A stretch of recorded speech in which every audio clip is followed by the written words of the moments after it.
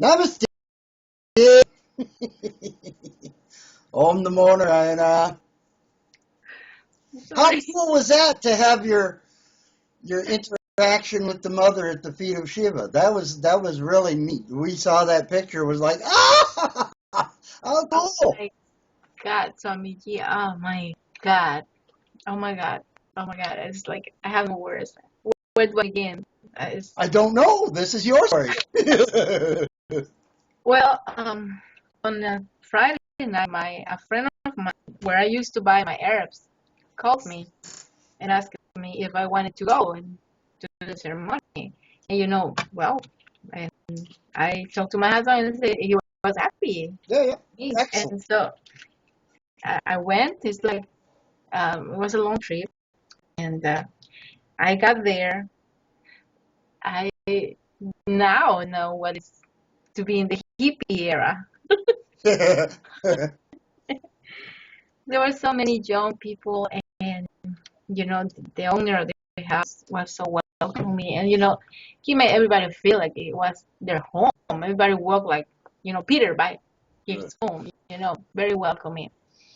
When I went to the salon where they do the ceremony, and I saw that, and I said, Shiva, oh my God, I am in the right place. And then you saw Ganesha, the I image? didn't notice that in the picture. Yeah, they have a statue of Ganesha.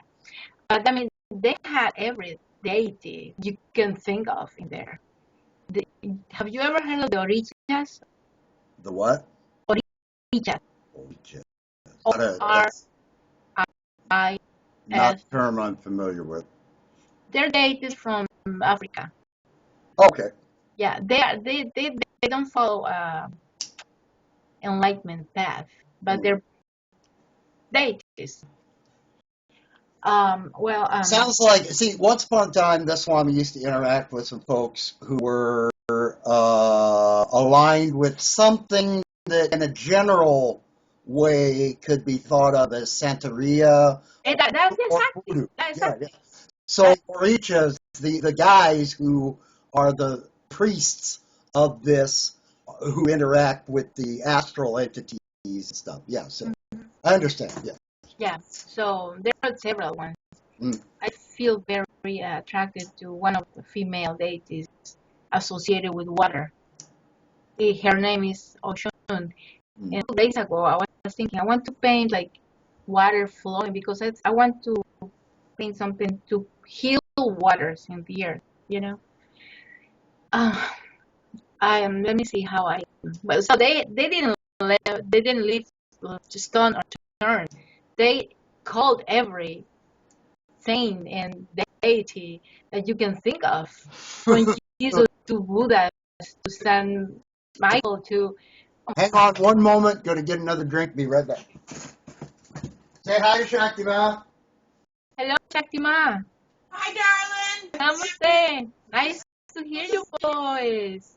Yeah, both at the same time. I'm sorry, what? Nice to hear from you. Long time no see. Well, hi. I'm so glad you see me. Love your picture. Thank you. Yeah, I'm working on a gift for my son. It's the Helix Nebula. Ah. Yeah, it's not finished yet, but it's close. Close. Yeah. It was his birthday on Saturday. Ah. And how are you feeling? I'm feeling wonderful. Oh, great to hear that.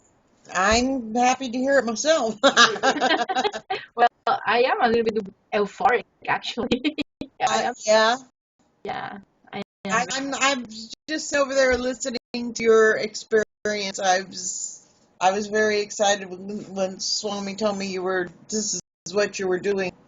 So I'm very excited to hear your story. Oh my God, you are not going to believe it. You are not going to believe. Okay, well, he's back, so I'll hand you back to him. But All right. nice to see you, and I am listening to your story. Om.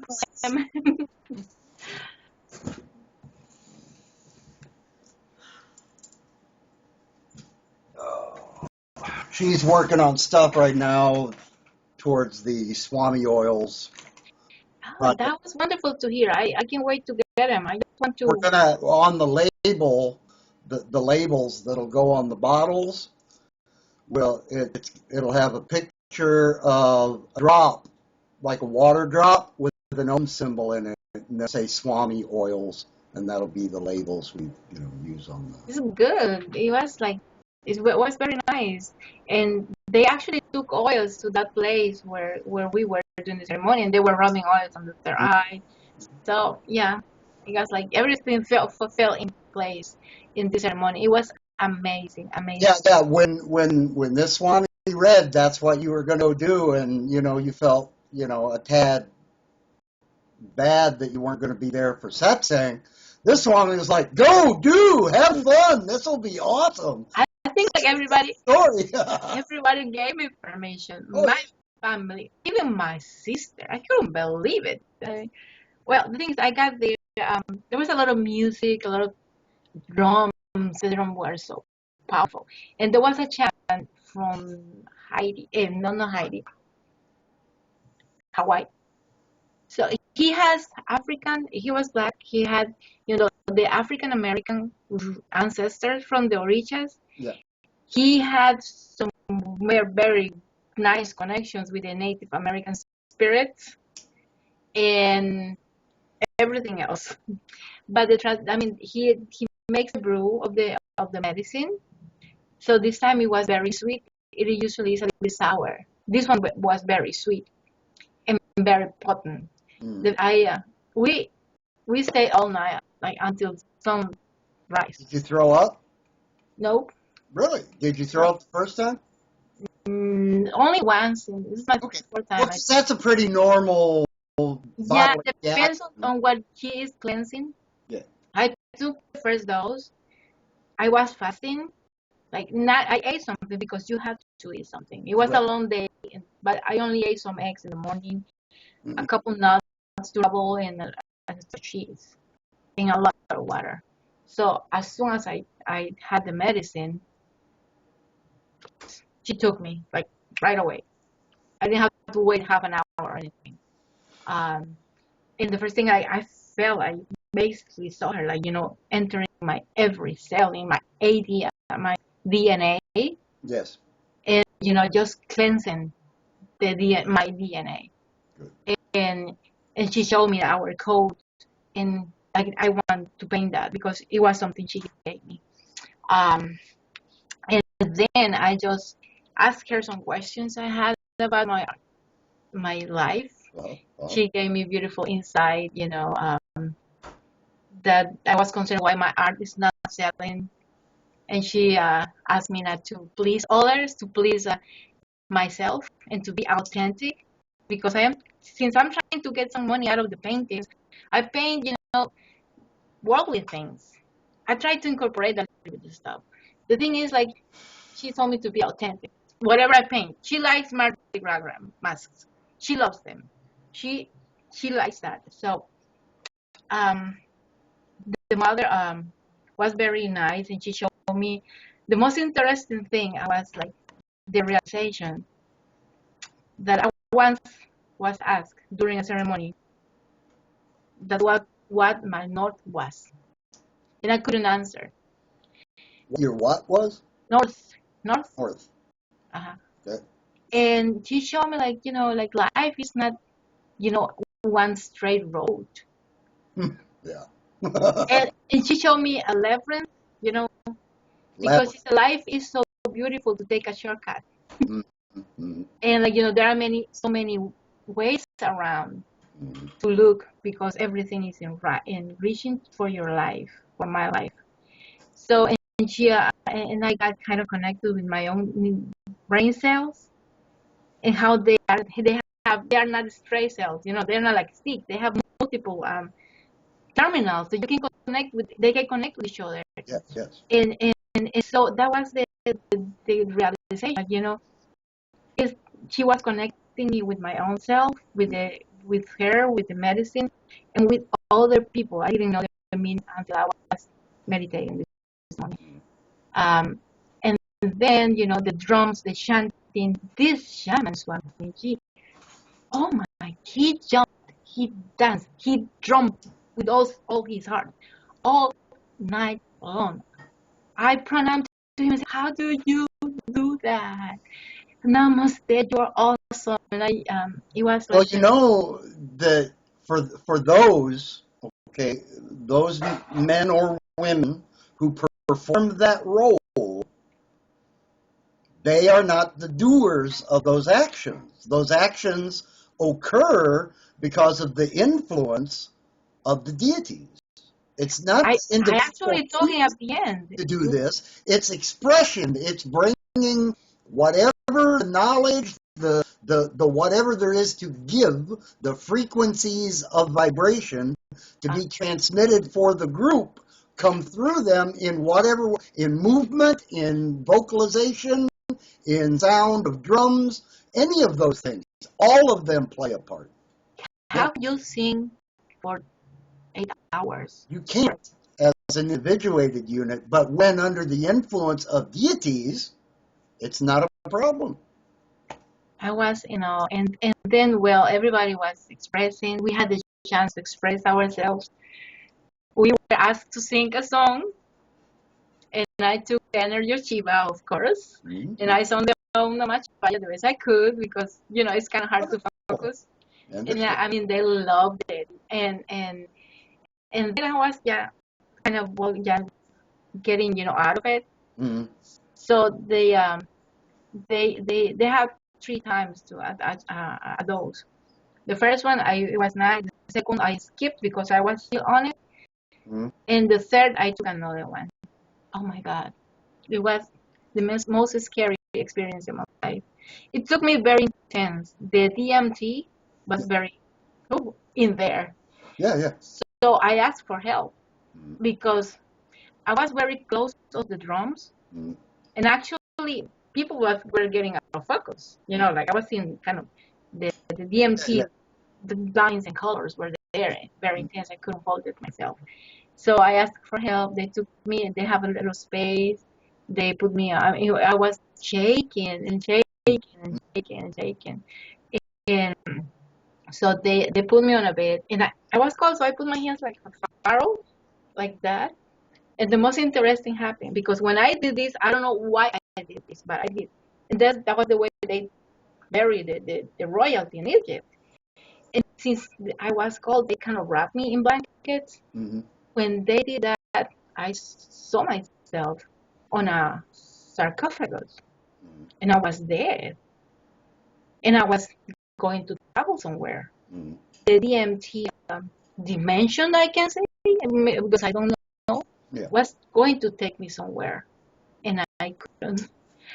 Maybe because my head I had no pillow. Maybe it was so much blood flow on my brain, I couldn't hold it together, and that was one reason. And the other one is the frequency was too high for my level of spiritual evolution.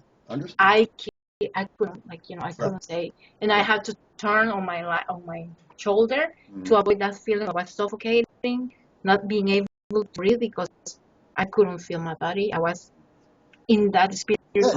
I experienced death. We also see when this is an interesting parallel between like the DMT experience through ayahuasca or any number of other psychoactive plants or chemicals that people use.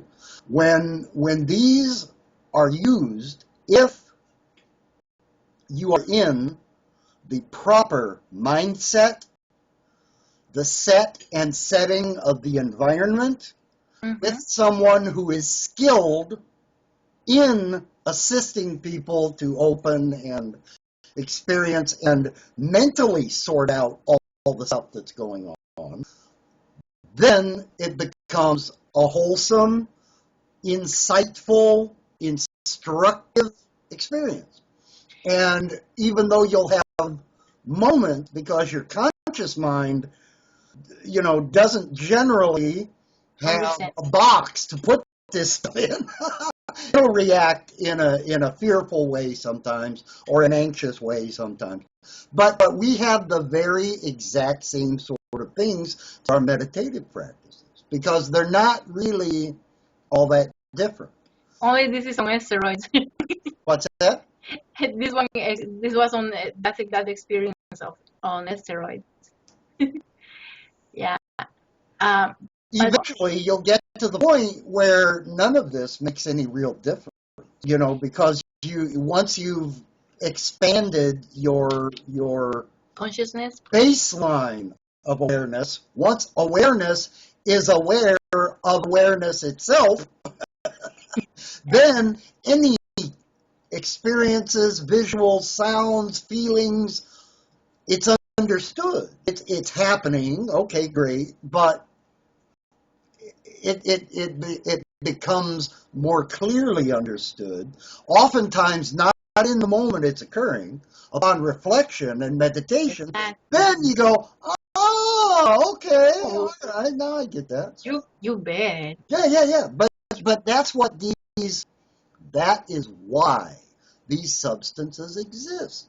It's not for partying and getting stupid and that sort of thing. I mean, that's an aspect of life. People can follow if they wish, but these experiences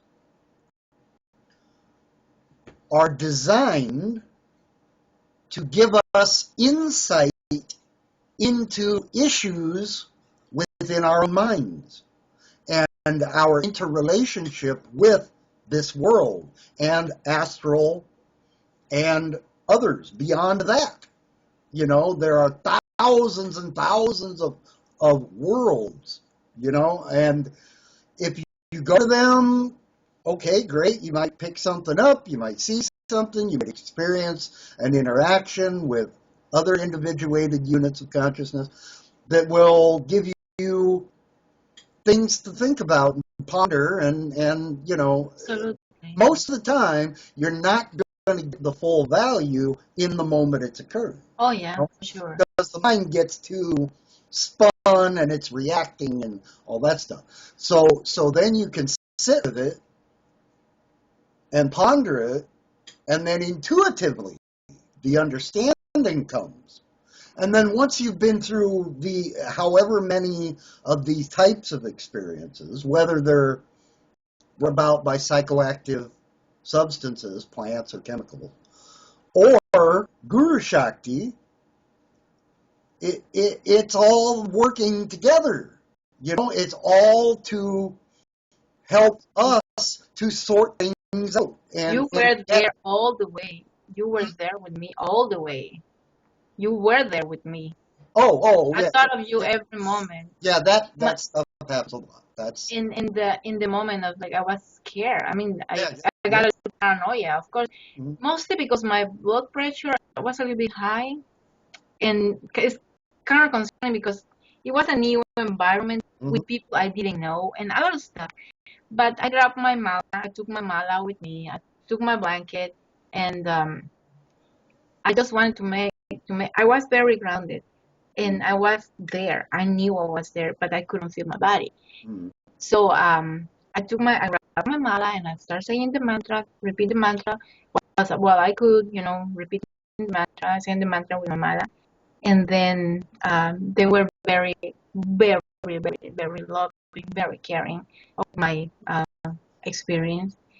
And then one of them came and they were going to give me water with lemon Mhm. because it helps you. But he said, no, wait. That's for the extremes. So she asked me, she turned me again on my back. Tell me if your discomfort is in your area, um, your abdomen, or it's in my head. Ah, she said, we're talking about blockage. You're blocked.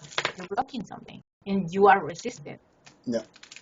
So, I understood. And I don't know what she did, but it was like she ripped open something, and Mhm. I could like get back to myself. So I went inside, and I had a very nice experience all night. As spiritually or in my spiritual development, where I learned, besides that my heart was so wide open, my chakra, it was full of gratitude and love and compassion for everyone. Um, my um, my my third eye, I wrote a little bit of frankincense. Frankincense. Yeah. And it bloomed. Yeah. It bloomed like what with a light pale lotus. It just bloomed open, and it was so beautiful. Well, that's one of the reasons that in the meditation blend of the Swami oils, we're going to be using frankincense, Mm-hmm. myrrh, which everybody will, have all the Christian Christmas carols singing. I had so many. Well, remember, frankincense and myrrh, that's what the wise men brought to the baby Jesus. Because these were holy substances. These were used and have been for millennia for different purposes. And this is, so this will be in the blend. Frankincense, myrrh, cedar wood. They were burning cedar wood like crazy. Rosemary, peppermint, and grapeseed oil. Okay. They'll all be combined for the meditation blend. But each of these components has a different purpose. Yeah. And it just does. I mean, that's the, this Swami feels that within the seva that this Swami does and Shaktima does for the students, for the disciples of HH, all exactly equal to us. We're just a few steps ahead, and our job is to be of service to those coming along and developing themselves so that we all get to the end result, and each will have their own experiences, their own memories, their own realizations until the supreme becomes evident and stable. And then you just always know this, and then your interaction with the world changes. Even though your mind will still have its habits of thought patterns and reactions and subconscious programming that was, installed in us, most of the time without direct intent by parents and teachers and all that. But that's what happens. That's the effect of these things that take place in our lives between birth and 7 years old. The subconscious is being programmed and put together, and that carries out the rest of your life. And if you do not go about the work of reprogramming the subconscious, then those are the actions you will carry till death. And you won't know consciously the reasons this reaction occurs or that reaction occurs based on the stimulus that's coming in, the psychological stuff, But you're very well positioned through your education and your understanding of psychology to be able to sit with these things and go, okay, well, okay, this, that, and the other thing, and this. Oh, so it doesn't have to be like that. It could be like this. And, so it gives you the opportunities to integrate. Sort it out. Yes, integrate. Yes, bring it all in and sort out that which is helpful from that which is harmful or disruptive, and that which is more disruptive you can toss out and not be bothered by it again. And bring everything into a congruent, integrated whole, which perfectly understands what's going on. And eventually, when you are stable with these realizations and things, then there's no more effort required. Sahaj Samadhi, which comes after all the Nirvikalpa. You remember what Nirvikalpa is, right? Yeah. That like missing time thing. Yes. That's when the intense purification of the subtle systems, the mental systems, and the physical. During that Nirvikalpa time, that is being purified to the most powerful degree possible. Once that is done, and then you enter into sahaj, which is effortless and natural. You no longer have to do anything. You just know, and you're there, and you have it all the time, and it doesn't go away. You know, that's the thing. The effort comes to an end. You're there. You know, this Swami likes the analogy. If your objective is to live on the roof of your house, well, you're going to need a ladder, and each step on that ladder is valuable. But once you're on the top, what need do you have for the ladder anymore? Mm-hmm. You know, Yeah, so the ladder plays a part. Each step vital important to get to the next one and the next one until you're done. And then when it's done, if your intent is not to come back down, then you know what, you no longer have a use for the ladder in this metaphor analogy. Well, I had to go on a little bit because I know if I don't know if I told you, like my back is messed up. Mm-hmm. The curve on my spine is gone. My spine is straight, so they are fixing that. So I need physical therapy, and I have to go to today. And besides, I have to go to because I haven't gone in 2 weeks because that was really bad. Right. I just want to real quick explain the most amazing stuff. This was a blessed, like I was like, you know, I don't know what I did to have this in my life. I feel so blessed and so humble to be able to have access to all these blessings in so many ways.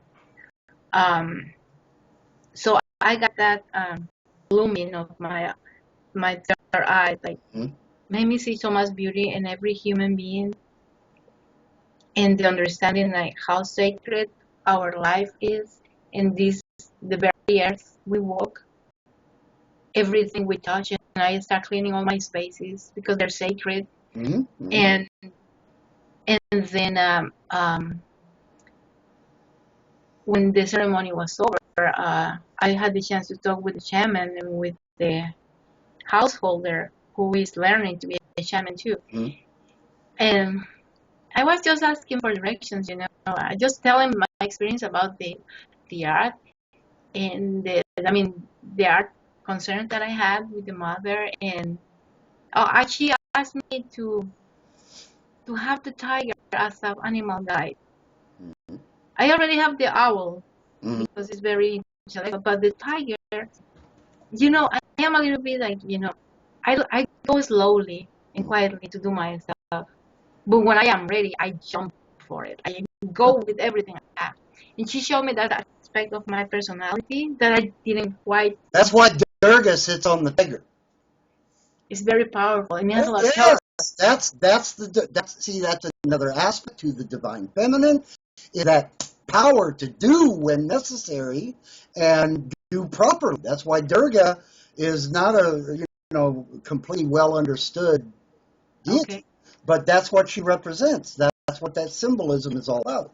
You know, that aspect with the correct knowledge, with the correct understanding, Yeah, because it has a negative and it's powerful. I mean, split second but she gave me that. as necessary. Yeah. And you know, she told me, I told her, well, I already have the owl. What are you talking about? You know, and she said, well, what is wrong with having the head of an owl and the heart of a tiger? You know.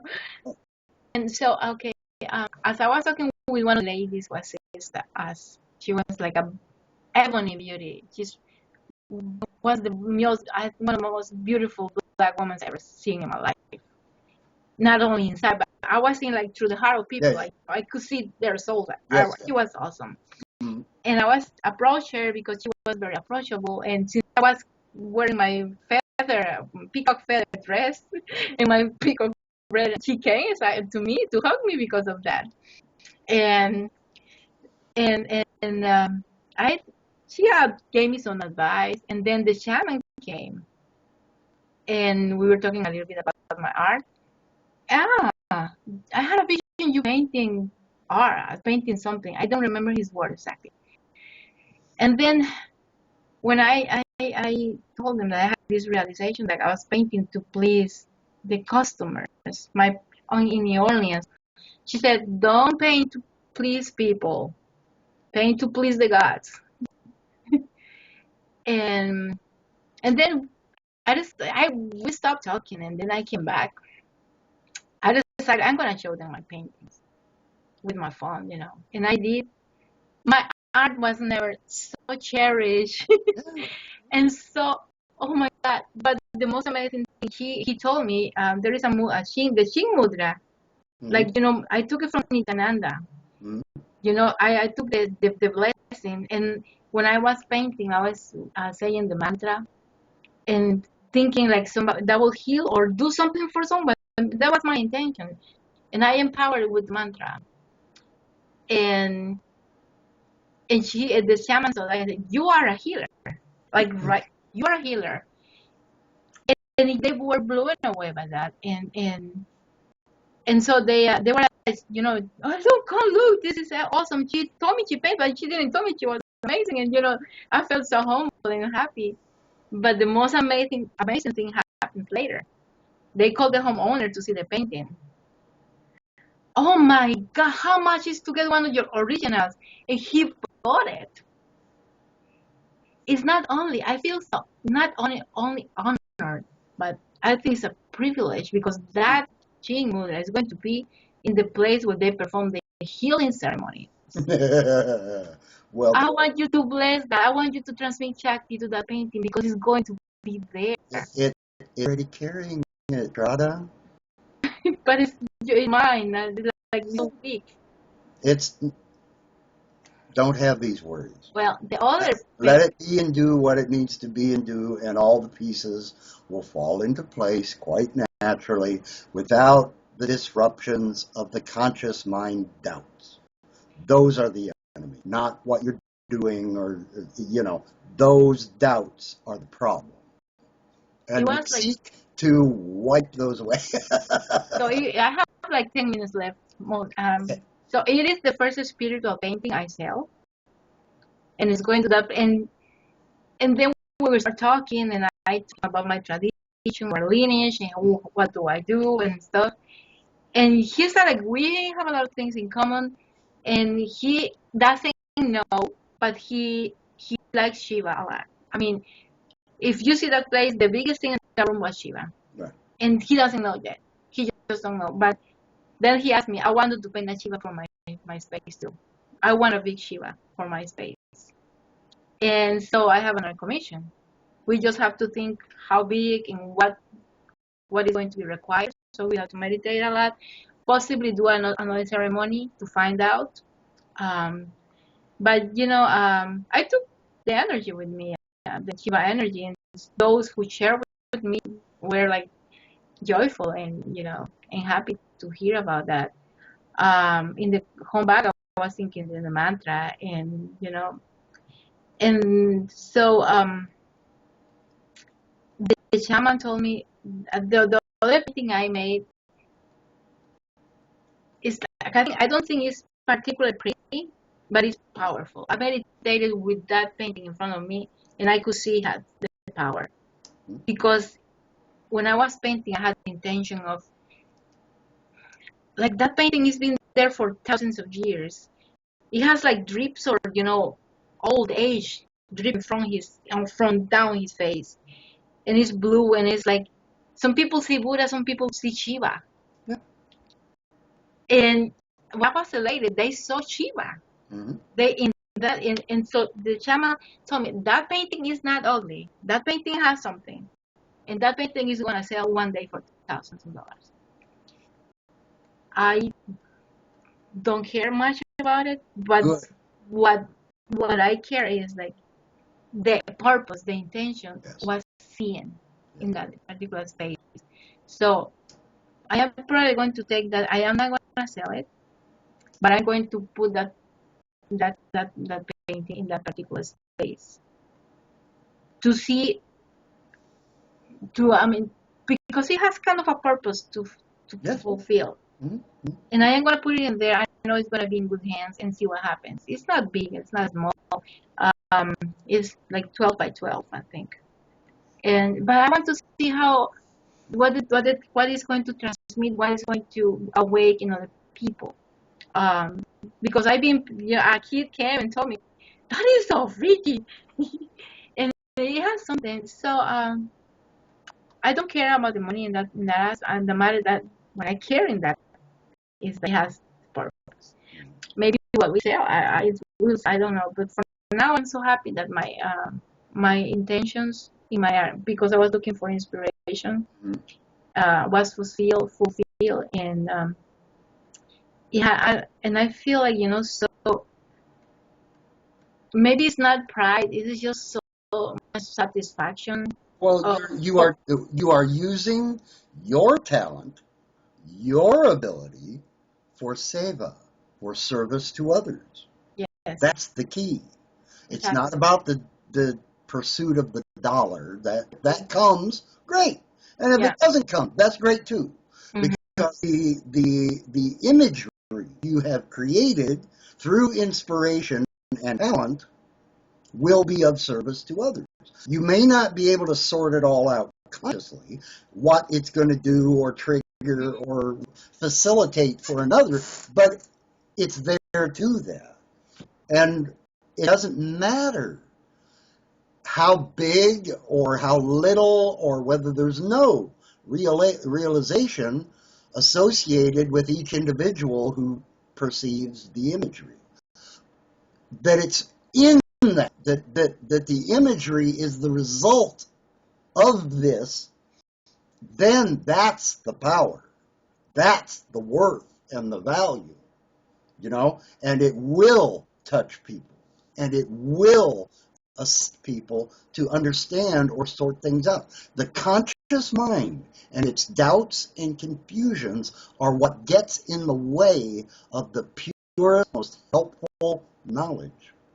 And you are getting to experience this directly. I mean, we don't, it's not about reading a book or listening to what Swami says or H.H. says or Muktananda said, or, I mean, the life of inspiration is occurring through your specific intuition and talent.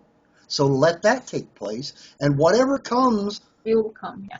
yeah, don't be concerned. Don't chase the dollar. Just do what is the correct thing to do as best you can understand it. And as that understanding grows, the worries fall away because what's needed will come. You are not lacking for inspiration or talent. So if this is a way that Shraddhaji's expression of divinity is to take place in this world, then you're doing exactly the right thing. Okay.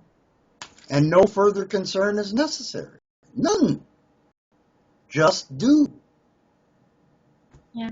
So I am very pleased. I am going to keep following my heart. Whatever I paint, be authentic and don't try to please. There's a lot of stuff in this city I like. Um, and there's a lot of healing to be performed. And, the earth needs healing in a way. And people need to be a little bit more careful. And so I want to transmit that. But it was a blessing because, I wasn't expecting to sell art that day.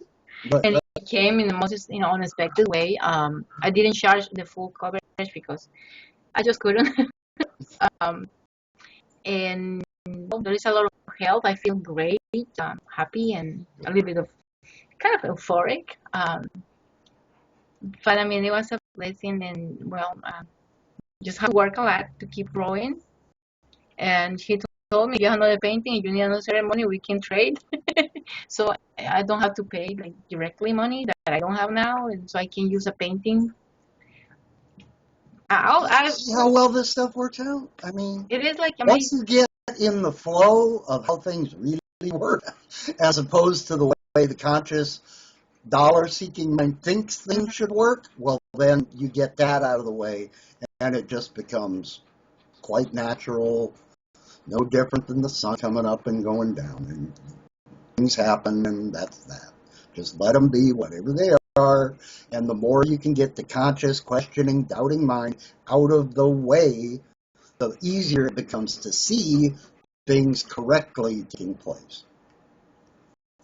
Just have to learn to see with my, not with my senses. That's what she told me. But the best, sometimes the best way to see things is when you close your eyes. Yes, So I have to like have all this is very well understood by this one. okay. Through Sagurnath Maharaj ki jai. I'm so happy to see you.